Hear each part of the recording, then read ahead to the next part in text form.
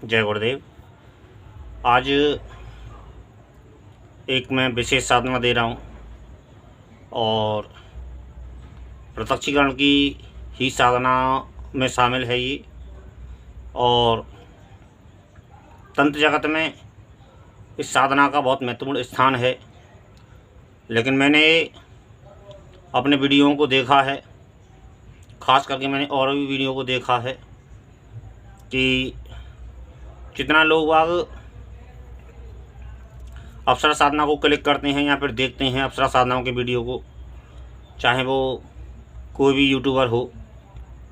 और कुछ तामसिक ऐसी साधनाएं होती हैं जिनको लोग बहुत देखना पसंद करते हैं, लेकिन मेरे चैनल पर ऐसी साधना को बहुत कम लोग देखते हैं। और मैं कोई विशेष चर्चित यूट्यूबर भी नहीं और ना कोई विशेष तांत्रिक हूँ मैं, जो मेरा कोई विशेष स्थान हो और मेरा कोई विशेष महत्वपूर्ण वो हो, क्योंकि मैं वीडियो भी बहुत कम अपलोड करता हूँ। लेकिन जितना मैं जानता हूँ और जितनी मुझ में समझ है कि तंत्र जगत में यूँ तो सभी साधना विशेष होती हैं, और तांत्रिक की यदि कोई बनना चाहे तो उसके लिए कुछ साधना विशेष होती हैं।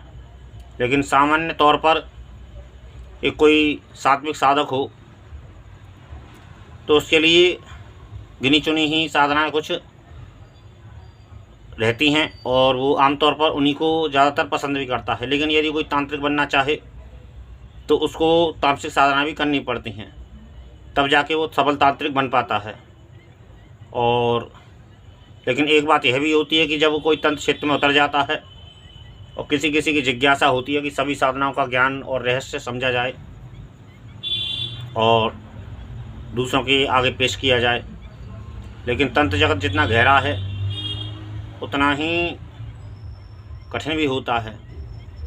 लेकिन यदि हम कुछ साधनाओं को सिद्ध कर लेते हैं, प्रत्यक्षीकरण की कुछ साधनाओं को सिद्ध कर लेते हैं, तो हमारा रास्ता सरल हो जाता है। क्योंकि बहुत सी चीज़ें, बहुत सी साधना ऐसी हैं जो गुप्त हैं, जिनके कभी हमें विधान मिलते नहीं हैं, और जिनमें हमारी, जैसे आज बहुत सी यूट्यूब पर मैंने वीडियो देखे हैं कि उनमें साधनाओं के अंदर से साधना निकलती हैं। बहुत सी गुप्त साधनाएं होती हैं जो हमें उनके सामान्य तौर पर विधान मिलता नहीं है। पुस्तकों में हम जब देखते हैं तो सामान्य तौर पर वो विधान मिलते नहीं हैं, लेकिन जब हम कुछ साधना प्रत्यक्षीकरण की करते हैं तो वो हमारी जो शक्तियाँ जो होती हैं वो हमारा उसमें मार्गदर्शन करती हैं। और अप्सरा साधना की भी एक मैं आने वाले दिनों में आपको एक ऐसी साधना बताने वाला हूँ जो एक ही दिन की साधना बताई जाती है और एक ही दिन का उसका विधान है, और एक ही रात्रि में वो शक्ति प्रत्यक्ष हो जाती है, ऐसा कहा जाता है। अब मैंने तो अपने जीवन में की नहीं और ना ही मैं ऐसी साधनाएं करता हूँ, क्योंकि मैंने अपनी तंत्र साधनाओं से दूरी बना ली है। लेकिन हाँ, जब मैंने पहले अपने समय में साधना की थी तो उनसे अनुभव पाए थे, और उनके तौर पर मैं यह कह सकता हूँ कि हाँ, साधना में अनुभव भी होता है और प्रत्यक्षीकरण भी होता है। लेकिन फिर मेरे लिए बाद में मैंने, क्योंकि मेरी साधना में विघ्न आने लगा, और मैंने गुरुदेव से जाके अपने पूछा कि मैंने ऐसे ऐसी बात है, तो उन्होंने कहा कि बंद कर दो, अब अपनी भक्ति साधना को ही पूर्ण करो, और उसी में तुम्हारी, क्योंकि तुमने अपनी भक्ति साधना पूर्ण नहीं की है, तो भक्ति साधना ही पहले अपनी पूर्ण करो, तभी तुम आगे जा सकते हो। और जब तक यह साधना तुम पूरी नहीं करोगे तब तक तुम्हें कोई भी चीज़ में सफलता तंत्र क्षेत्र में प्राप्त नहीं होगी। तो अपना समय वेस्ट करने से बेहतर है अपनी भक्ति साधना को ही आगे बढ़ाइए। तो ठीक है, उससे आगे फिर मैंने अपनी साधना करना बंद कर दी। लेकिन मैंने अपने जितना मुझे अनुभव था अपनी साधनाओं के तौर पर और अपने अनुभवों के तौर पर, तो मैंने आप लोगों को जानकारी देता रहा हूँ मैं आप लोगों को, और आगे भी देता रहूँगा। लेकिन कुछ साधना हैं जो लिखित विधि विधान हैं, आमतौर पर यूट्यूब पर मिलते नहीं हैं देखने में, और कहीं कुछ छोटी मोटी जानकारियाँ दी भी जाती हैं उन साधनाओं की, तो आधी अधूरी जानकारियाँ होती हैं, और कहीं कहीं ऐसा भी देखा गया कि गलत जानकारियाँ हैं। तो मैं आज आपको एक तंत्र क्षेत्र से बहुत महत्वपूर्ण साधना दे रहा हूँ जिसका बहुत महत्व है तंत्र क्षेत्र में। और किसी के भी आगे पीछे की बात जान लेना ये बहुत महत्वपूर्ण बात होती है। और आमतौर पर लेकिन यह देखा गया, मैंने पहले भी थोड़ी छोटी मोटी जानकारी दी है इस विषय में, तो उसको जो देखते हैं वीडियो वगैरह वो तवज्जो नहीं देते हैं और यूं ही बकवास समझ लेते हैं। तो ऐसी बात नहीं है, मंत्र सिद्धि में पावर होती है और थोड़ी बहुत पावर नहीं होती, बहुत पावर होती है मंत्र सिद्धि में।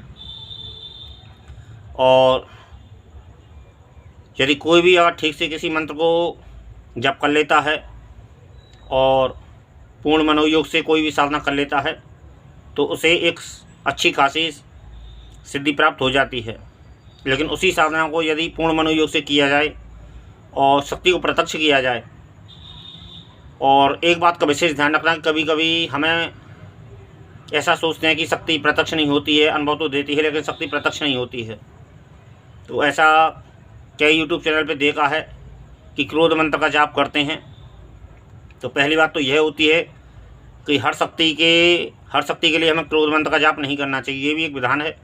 मैं भी कुछ दिन पहले वीडियो देख रहा था कि यदि शक्ति ना आए तो क्रोध मंत्र का जाप कीजिए, तो ऐसे ही वो लोग जानकारी देते हैं, जबकि यह गलत है। और कुछ नए साधक तो इस चीज़ को, इस रहस्य को नहीं समझ पाते हैं। और कुछ लोग ये भी कमेंट करते हैं, क्या आपने कभी कोई शक्ति प्रत्यक्ष की है? तो ये भी एक अलग चीज़ है। और एक मैंने अपने पुराने समय में एक वीडियो अपलोड किया था कि 1 तोला सोना रोज़ मिलेगा, काली माता की सिद्धि थी वो, और काली माता का ही मंत्र था। तो वो भी मैंने दे रखी थी जानकारी। तो उसके विषय में मुझ पर कमेंट आए कि आपने यह सिद्धि की है, और मुझसे मैसेज वगैरह, कॉल वगैरह भी आई थी। मेरी कॉल पे ही बात हुई थी कि गुरुजी ऐसा ऐसा आपने दे रखा है, तो क्या ये सत्य है? तो मैंने कहा भाई मैंने तो अपने जीवन में कभी प्रैक्टिकल किया नहीं, और कहीं ना कहीं यदि होता है तो कहीं ना कहीं, लेकिन वो जो मंत्र दे रखा था मैंने, वो मंत्र श्री डॉक्टर नारायण दत्त माली जी की पुस्तक से मैंने लिया था और आप लोगों के सामने मैंने दिया था। तो जब डॉक्टर नारायण दत्त माली जी इस बात को कह रहे हैं तो कुछ ना कुछ तो उस मंत्र का अर्थ होगा और कुछ ना कुछ तो उस चीज़ का रहस्य होगा। लेकिन एक बात समझने में आती है कि साधना में प्रशिक्षण कब होता है हमें, तो इस चीज़ का मैं एक आपको अनुमान बताऊंगा और प्रैक्टिकली तौर पे बताऊंगा। और मंत्र वगैरह भी मैं दूंगा इस वीडियो में, और विधि वगैरह भी दूंगा आपका। और लेकिन प्रैक्टिकली तौर पे कौन सी स्थिति में हमको प्रत्यक्षीकरण होता है शक्ति का, मैं उस अवस्था को बताऊंगा। लेकिन मैं फ़िलहाल यहाँ उस चर्चा को कर रहा हूँ कि 1 तोला स्वर्ण और 1000 मंत्र हमें जाप करना। उस मंत्र का ये विधान था जो पुस्तक में दिया हुआ था कि 1000 मंत्र का हमें जाप करना है और 1000 मंत्र की हमें आहुति देनी है। तो ये काली माता की सिद्धि बताई जाती, काली माता की साधना बताई गई है, और उसमें यह कहा गया है कि 1 तोला स्वर्ण रोज़ मिलेगा। तो उसमें सबसे पहली बात तो यह होती है कि कोई भी साधना हमें छोटी देखने में जो लगती है, ऐसे बहुत मंत्र हैं शास्त्रों में जो कम जपने पर हमें सिद्धि प्राप्त मिल जाती है, हमें सिद्धि प्राप्ति हो जाती है। ऐसे काफ़ी मंत्र हैं, मेरे भी पास में अवेलेबल हैं। मैंने कभी प्रैक्टिकल तो नहीं किया, लेकिन मैं ऐसा मानता हूँ। लेकिन उस हर मंत्र का अपना अपना अर्थ होता है, अपना हर मंत्र का प्रभाव अलग होता है। हम कुछ साधनाओं में ये जो वो चेटक साधनाओं में आती है, और हमें यह विधान देखने में तो छोटा लगता है और बड़ा सरल लगता है, लेकिन कहीं ना कहीं उसमें कोई ना कोई विशेषता अवश्य होगी और कोई ना कोई उसमें रहस्य जरूर छुपा हुआ होगा। ये तो तभी हम अनुभव कर सकते हैं जब हम उस साधना को करते हैं। सबसे पहली बात तो आम तौर पे हमें चमेली के फूल आसानी से प्राप्त नहीं होते हैं, और पहली बात उसमें चमेली के फूलों का हवन करना है। और चमेली के फूलों का हवन करने के साथ साथ में यही उसकी एक विशेषता है। और उसका यही एक विधान मैंने जब अपने आस पड़ोस में पूछा था, जब मंडी वगैरह के जो फूल माला वगैरह का काम करते हैं, तो मैंने उनसे पूछा था, तो मैंने ऐसे कई विधान देखे थे, कई विधान मेरी नज़र में आए थे, कई विधानों को मैंने पढ़ा था कि चमेली के फूलों का विधान, तो उनमें जो हवन होता है वो चमेली के फूलों का होता है। तो मैंने आसपास में जो मेरे जानने वाले थे कि भाई ऐसी ऐसी बात है, तो मैंने कि चमेली के फूल वगैरह मिल जाएंगे क्या, मैंने वैसे ही पूछा था। तो उन्होंने कहा था कि चमेली के फूल पहली बात तो इधर मार्केट में आते नहीं, जहाँ मैं रहता हूँ उस मंडी में आते नहीं हैं, और दूसरी बात कि चमेली अपने समय से आता है, और दूसरी बात कि आमतौर पे चमेली के फूल बहुत कम मिलते हैं और हर सीज़न में मिलते नहीं हैं। तो ये एक सबसे बड़ा रहस्य होता है साधना का। तो ऐसी बहुत सी ये जो छोटे मोटे विधान होते हैं तो हमें देखने में छोटे लगते हैं, लेकिन कहीं ना कहीं कोई ना कोई रहस्य अवश्य होता है। इन चीज़ों को हमें समझना चाहिए। हमें देखने में जो विधान सरल नज़र आता है, कहीं ना कहीं उसमें कोई ना कोई विशेषता ज़रूर होती है, लेकिन वो हमें विशेषता गुरु के ही मुख से प्राप्त हो सकती है, और गुरु के ही कृपा से वो साधना साध्य हो सकती है। लेकिन यदि हम गुरु के पास में उस सिद्धि के लिए जाएं और उनसे यह एक जम डायरेक्ट, क्योंकि बहुत से लोग यह समझते हैं कि हम जिस साधक ने विधान दे रखा है उस साधक के पास में जाएंगे हम और ये विधान ले लेंगे डायरेक्ट। ना कोई गुरु की वो होता है कि हमको पैसा ले लो और सामग्री दे दो और हमको विधि विधान बता दो। तो ऐसे कोई भी गुरु तुमको साधना नहीं देता है। यही एक सबसे बड़ा रहस्य होता है, क्योंकि कहीं ना कहीं साधना में कोई ना कोई रहस्य अवश्य होता है। लेकिन कुछ साधना ऐसी भी होती हैं जो अपने विश्वास के दम पर की जा सकती हैं और सिद्धि भी पाई जा सकती है, बशर्ते साधक के अंदर एक तो संकोच ना हो और संकोच के साथ साथ में ज़्यादा व्यर्थ ना सोचे कि कहीं ये शक्ति है कि नहीं, ये मंत्र सिद्ध होगा कि नहीं। इससे हमारी साधना खंडित होती है।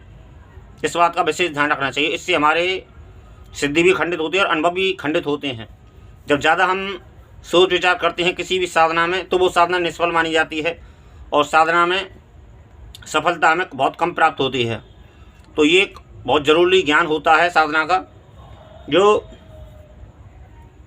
हमें साधक को ध्यान रखना चाहिए। क्योंकि कोई भी मंत्र जाप किया जाए, सबसे पहली बात तो उसकी सही जानकारी प्राप्त होनी चाहिए, और सही जानकारी प्राप्त होने के साथ साथ में हमें विश्वास होना चाहिए देवी देवता पर, क्योंकि सभी मंत्र सच्चे होते हैं यदि हमारे हाथ में सही पुस्तक है। पुस्तकों के हिसाब से भी मंत्र सिद्ध किया जा सकता है। यदि तुम्हारे पास में कोई अच्छा गुरु है और अच्छे गुरु के तुम शिष्य हो, तुमने थोड़ा बहुत ज्ञान प्राप्त किया है अपने जीवन में, तो अपने दम पर भी साधना अपने दम पर भी साधना की जा सकती है। लेकिन उसके लिए उसके पीछे तुम्हारा विश्वास होना चाहिए। विश्वास तुम्हारा कहीं डगमगाए ना, और डगमगाने के साथ साथ में विश्वास पूरा होना चाहिए शक्ति पर हमें और गुरु पर, तब जाके हमें सफलता मिल सकती है। अब मैं तुम्हें एक उदाहरण देता हूँ कि प्रत्यक्षीकरण हमें कब होता है और प्रत्यक्षीकरण की क्या बुनियाद होती है। आमतौर पे आपने लोहा देखा होगा। आप यूँ समझ लो कि जो हम पानी जो होता है, पानी आमतौर पे वो जब हम फ्रीज में उसको रखते हैं, तो फ्रीज में कई खन होते हैं और कई खाने होते हैं। तो एक उसमें फ्रीज़र होता है और एक उससे नीचे के जो खाने जो होते हैं उसमें पानी ठंडा वगैरह, यहाँ पर कोई भी सामान वस्तु वगैरह हम रखते हैं तो वो ठंडी बनी रहती है। और जब हम फ्रीज़र में रखते हैं तो फ्रीज़र में वो चीज़ जम जाती है, पानी हमारा जम जाता है।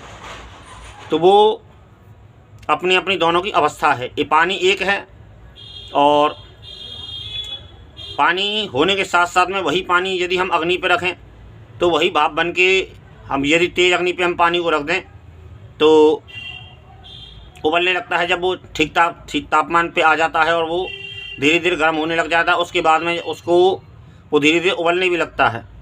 उसके बाद में फिर वो धुआं बन के उड़ने भी लगता है और धीरे धीरे वो पानी जल भी जाता है और सूख भी जाता है। और इसी तरीके से आपने लोहे को देखा होगा। तो लोहे को जब हम भट्टी में डालते हैं और भट्टी में डालते हैं तो वो धीरे धीरे वो लाल हो जाता है। और किस अवस्था में यदि धीमी आंच हो तो लोहा इतनी जल्दी नहीं पिघलता है और ना ही इतनी जल्दी लाल पड़ता है और ना ही हम उसको आकार दे सकते हैं। मैं आज आपको एक प्रैक्टिकली तौर पे बता रहा हूँ कि हमें किस स्थिति में जाके प्रत्यक्षीकरण शक्ति का प्राप्त होता है। तो लोहे को आपने देखा होगा, खास करके आपने YouTube पर वीडियो देख सकते हो कि लोहा पिघलता भी है और बहता भी है। तो उसका जो अग्नि का ताप जो होता है, अग्नि के ताप का एक डिग्री होती है कि किस डिग्री पे लोहे को पिघलाना है हमें। तो ये तो वही लोग जानते हैं जो लोग उस काम को करते हैं और उसको आकार देते हैं।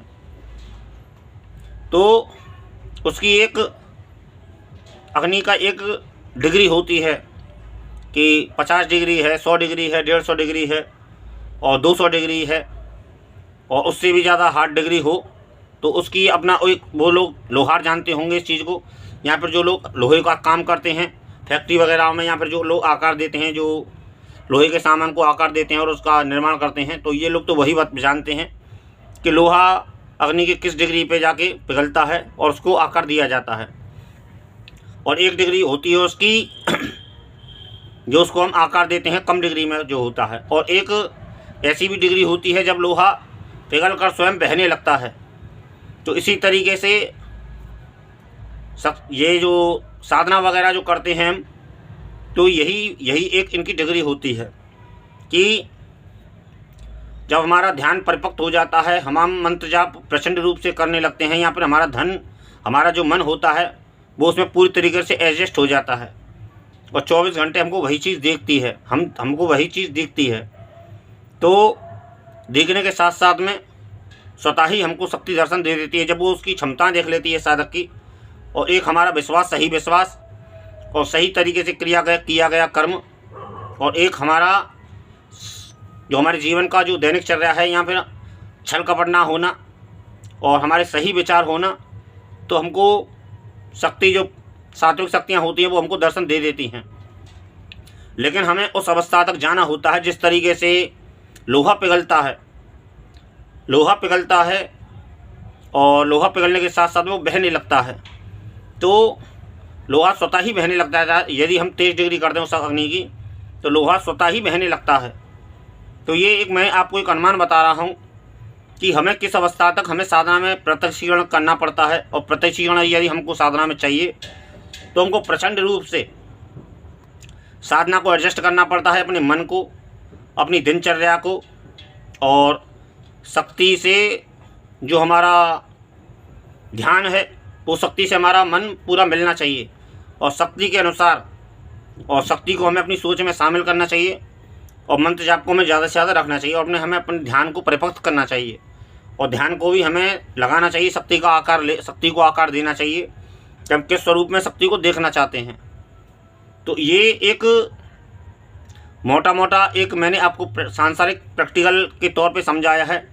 जैसे सूखी लकड़ी है तो सूखी लकड़ी में आमतौर पर आग देखने में, अग्नि देखने में नहीं आती है, लेकिन आपने रामचरितमानस में जो रामानंद सागर की उसमें जब सुग्रीव और हनुमान मिले थे, सुग्रीव और राम जी मिले थे, हनुमान जी ने जो मिलाया था उनको, तो उसमें उन्होंने अग्नि जलाकर उनको उनकी मित्रता अग्नि के सामने शपथ दिलाई थी, तो हनुमान जी ने उस लकड़ी को जलाया था।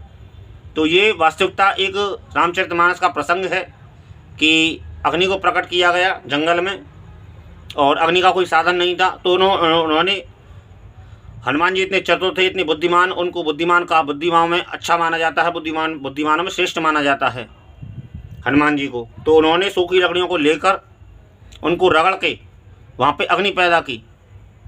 तो जबकि लकड़ियों में अग्नि कहाँ होती है, लेकिन हाँ जब तापमान बन जाता है, रगड़ते हम किसी भी चीज़ को हम रगड़ते हैं। एक कंचा गोली जो होता है, यहाँ पर रीठा वगैरह जो होता है, आपने आमतौर पे बचपन में देखा होगा कि रीठे को गर्म करके किसी के भी हाथ पे चिपका दो तो आदमी को जलन का महसूस होता है और वो अपना हाथ हटा लेता है। आपने बचपन में सभी के साथ में ये आमतौर पे ये खेल होते हैं, अंटे को गर्म कर लेते हैं और अंडे को गर्म कर लेते हैं, उसको चिपका देते हैं रीठे को। तो आमतौर पे ऐसा देखा गया, बचपन में सभी के ये घटनाएं घटी होंगी। तो रीठे को घिस के तो उसमें से वो गर्म महसूस होता है हमको, तो ये ताप ही है। और इसी तरीके से लकड़ी को जला के उन्होंने अग्नि प्रकट की और सुग्रीव और राम जी को शपथ दिलाई थी एक दूसरे को। तो एक प्रसंग है रामचरितमानस का और सच्चा प्रसंग है। तो इसी तरीके से हमको साधना में उतरना चाहिए यदि हमको प्रत्यक्षीकरण चाहिए तो। और जो लोग यह कमेंट करते हैं कि आपने कोई भी शक्ति का प्रत्यक्षीकरण किया है और प्रत्यक्षीकरण किया है तो उसका अनुभव हमें बताइए, तो देखिए ये एक अलग चीज़ें हैं, एक अलग लेवल की बातें हैं। ये बातें आमतौर पे ना तो मैं करना पसंद करता हूँ, और मैं तो दोनों तरीके से, आपको यदि मेरी बात झूठी लगती है तो कोई बात नहीं, मुझे कोई फ़र्क नहीं पड़ता। आप मेरा वीडियो ना देखें और वीडियो छोड़ भी सकते हैं, बीच में छोड़ भी सकते हैं। और आप, ये बेकार के प्रश्न हैं क्योंकि इन प्रश्नों से कोई अर्थ नहीं निकलता है। मेरा तो जितनी मेरे पास में सही जानकारी होती है मैं उस चीज़ को देता हूँ, क्योंकि ज़्यादा आमतौर पर मैं झूठ देना पसंद करता नहीं। और मैं आमतौर पर इसीलिए वीडियो डालता भी नहीं, क्योंकि मेरे पास में ज़्यादा जानकारी होती भी नहीं है। और जो मुझे जानकारी अच्छी लगती है, जो बात जानकारी मेरी समझ में आती है, यहाँ पर जो मुझे ऐसा लगता है कि ये जानकारी सही है, मैं उसी को एडजस्ट करता हूँ और उसी को देना पसंद करता हूँ। क्योंकि मैंने अपने जीवन में साधनाएँ की हैं तो मुझे उनका अनुभव प्राप्त है और मैंने अनुभव किए हैं। अब रही बात प्रत्यक्षीकरण की और नहीं की, किया है कि नहीं किया, ये एक अलग चीज़ है। और आपको प्रत्यक्षीकरण करना है तो हाँ, मैं उसकी एक सीमा बता सकता हूँ। कोई यदि पर्सनल में मुझसे संपर्क कर ले और प्रत्यक्षीकरण करना है तो, और यदि ज़्यादा प्रत्यक्षीकरण करना चाहे, जल्दी प्रत्यक्षीकरण करना चाहे तो उसकी भी विधियाँ होती हैं। और लेकिन वो विधियाँ थोड़ी सी आड़ी टेढ़ी होती हैं, तो उससे थोड़ा सा मैं इस वजह से मैं ज़्यादा इन बातों में बेहद मतलब बेकार की बात करना पसंद नहीं करता हूँ। तो किसी को भी गुमराह करना मेरी आदत नहीं है। तो लेकिन आज ज़्यादा बातें हो गई, वीडियो लंबा हो गया, लेकिन जो मेरा मुख्य विषय था वो मेरा छूट गया। और मैं ये वीडियो अपलोड जो किया है, ये मैंने आपको साधना विधान देने के लिए किया है। आज जो मैं आप लोगों के सामने ये जो विधान दे रहा हूँ, ये वार्ताली देवी का विधान है और ये बहुत दुर्लभ विधान है देखने में, यदि समझो तो आप। लेकिन बहुत कम लोग इस चीज़ को समझ पाते हैं। उनको अप्सरा यक्षिणी में कुछ बात नज़र आती है, लेकिन इस साधना में कुछ बात नज़र नहीं आती है। जबकि ऐसी तंत्र में ऐसी और भी अनेक साधना हैं जिनमें भी कुछ बात होती है। और इस साधना में जो बात है, और ये भूत भविष्य की साधना है, और भूत भविष्य होने के साथ साथ में कुंडली देवी से सीधा संबंध रखती है ये साधना। ये जो देवी का जो संबंध है सीधा कुंडली से है। क्योंकि कुंडली के विषय में बहुत से लोग जानकारी देते हैं यूट्यूब पर। कुंडलिनी को जगाना इतना आसान नहीं होता है और सहज नहीं होता है, क्योंकि ये योग की क्रिया है और इसमें थोड़ी सी भी भूल हमारी जान पे आ सकती है। लेकिन मंत्र साधनाओं में ऐसा कम होता है। मंत्र साधना में थोड़ी सी सरलता, ऐसे कुंडली जागृत करने के अनेक मंत्र हैं, लेकिन वो भी गुरु के मार्गदर्शन में ही किए जाते हैं। कोई विशेष मंत्र हैं, बीज मंत्र होते हैं कुंडली जागृत करने के, और शिव जी ने बताए हैं कई अपने शास्त्रों में। लेकिन उसके लिए भी हमें गुरु की आवश्यकता होती है। शिव जी ने ऐसा कहा है कि हमें गुरु की परम आवश्यकता है, और गुरु की आवश्यकता वैसे हर जगह है। लेकिन फिर भी ये जो मैं आपको साधना बता रहा हूँ, ये आप गुरु, छोटा मोटा गुरु जिसको आप नॉर्मली गुरु मानते हैं, उस गुरु को भी गुरु मानकर इस साधना को कर सकते हैं। और ये मंत्र साधना है और इसका संबंध सीधा कुंडलिनी से है, इस देवी का, ऐसा कहा जाता है। और कुंडली जागृत करना तो खैर इतना सहज नहीं है, क्योंकि ये योग की क्रिया है। उसमें छोटी मोटी भी चूक जान को ले लेती है। क्योंकि ऐसा हमारे पड़ोस में घटना घट चुकी है। हमारे पिताजी बताते हैं, वो ऐसी ही योग की क्रियाओं को करता था और ज़मीन से करीब लगभग 3-4 फुट ऊपर उठ जाता था। अपनी योग की क्रियाओं को, सांस को रोककर वो ऊपर उठ जाता था। लेकिन एक दिन अचानक वो योग की क्रिया दोहराता था, पुस्तकों के माध्यम से और किसी गुरु के भी माध्यम से। लेकिन कहीं ना कहीं को क्रिया बिगड़ गई और वो जिंदा होते हुए भी मर गया। लेकिन उसने यह चीज़ अपनी पत्नी को बता रखी थी क्योंकि डॉक्टरों की नज़र में जब हमारी सांस रुक जाती है तो डॉक्टर उसको मृत घोषित कर देते हैं। लेकिन ये योग क्रिया है, तो योग क्रिया में एक हमारी गर्दन के पीछे एक ऐसी नस होती है कि जिसको दबाने से व्यक्ति की सांस रुक जाती है, और जबकि वो आदमी जिंदा होता है। तो इस चीज़ को डॉक्टर भी नहीं पकड़ पाते, हर एक डॉक्टर भी नहीं पकड़ पाता है। जो सही जानकार होता है, या तो उसको जो सही आध्यात्मिक गुरु होता है योग का, या तो उस चीज़ को वो जानते हैं, और यहाँ पर कोई विशेष डॉक्टर जो होते हैं नस नाड़ियों का जो विशेष ज्ञान रखते हैं वो लोग जानते हैं। तो ऐसा भी होता है, क्योंकि सांस की जो नाड़ियाँ जो होती हैं यदि वो गलत दिशा में घूम जाए तो क्रिया बिगड़ जाती है और उसमें फिर जान पे आ जाती है, और हर आदमी उसको जिंदा होते हुए भी व्यक्ति मर जाता है, मरा घोषित कर देता है। क्योंकि जब सांस ही नहीं है व्यक्ति में तो आदमी को मरा ही लगेगा। तो ये एक अलग चीज़ होती है, कुंडली योग की क्रिया है। कुंडली पे बहुत उलूल जुलूल बहुत वीडियो हैं यूट्यूब पर, तो इसलिए मैं भी बहुत सी छोटी मोटी जानकारी को रखता हूँ, और मैं भी योग से कई जानकारी रखता हूँ योग की। और तो ये एक अलग चीज़ है, क्योंकि वीडियो ज़्यादा लंबा हो रहा है। लेकिन जो आज मैं आप लोगों के सामने विधान दे रहा हूँ, इस वीडियो में जो विधान दे रहा हूँ, ये वीडियो लंबा हो रहा है, और ये वार्ताली देवी का मंत्र है, और विधान भी मैं दे रहा हूँ इसमें। और यदि आपको अनुभव प्राप्त होते हैं इस साधना में, ये वैसे तो 16 दिन की साधना है, और 16 दिन की साधना होने के साथ साथ में यदि आपको इस साधना में अनुभव प्राप्त होता है, और कोई भी छोटा मोटा अनुभव प्राप्त होता है, तो आप इस साधना को लंबा कर देना। ये मेरा व्यक्तिगत राय है और व्यक्तिगत प्रैक्टिकल है।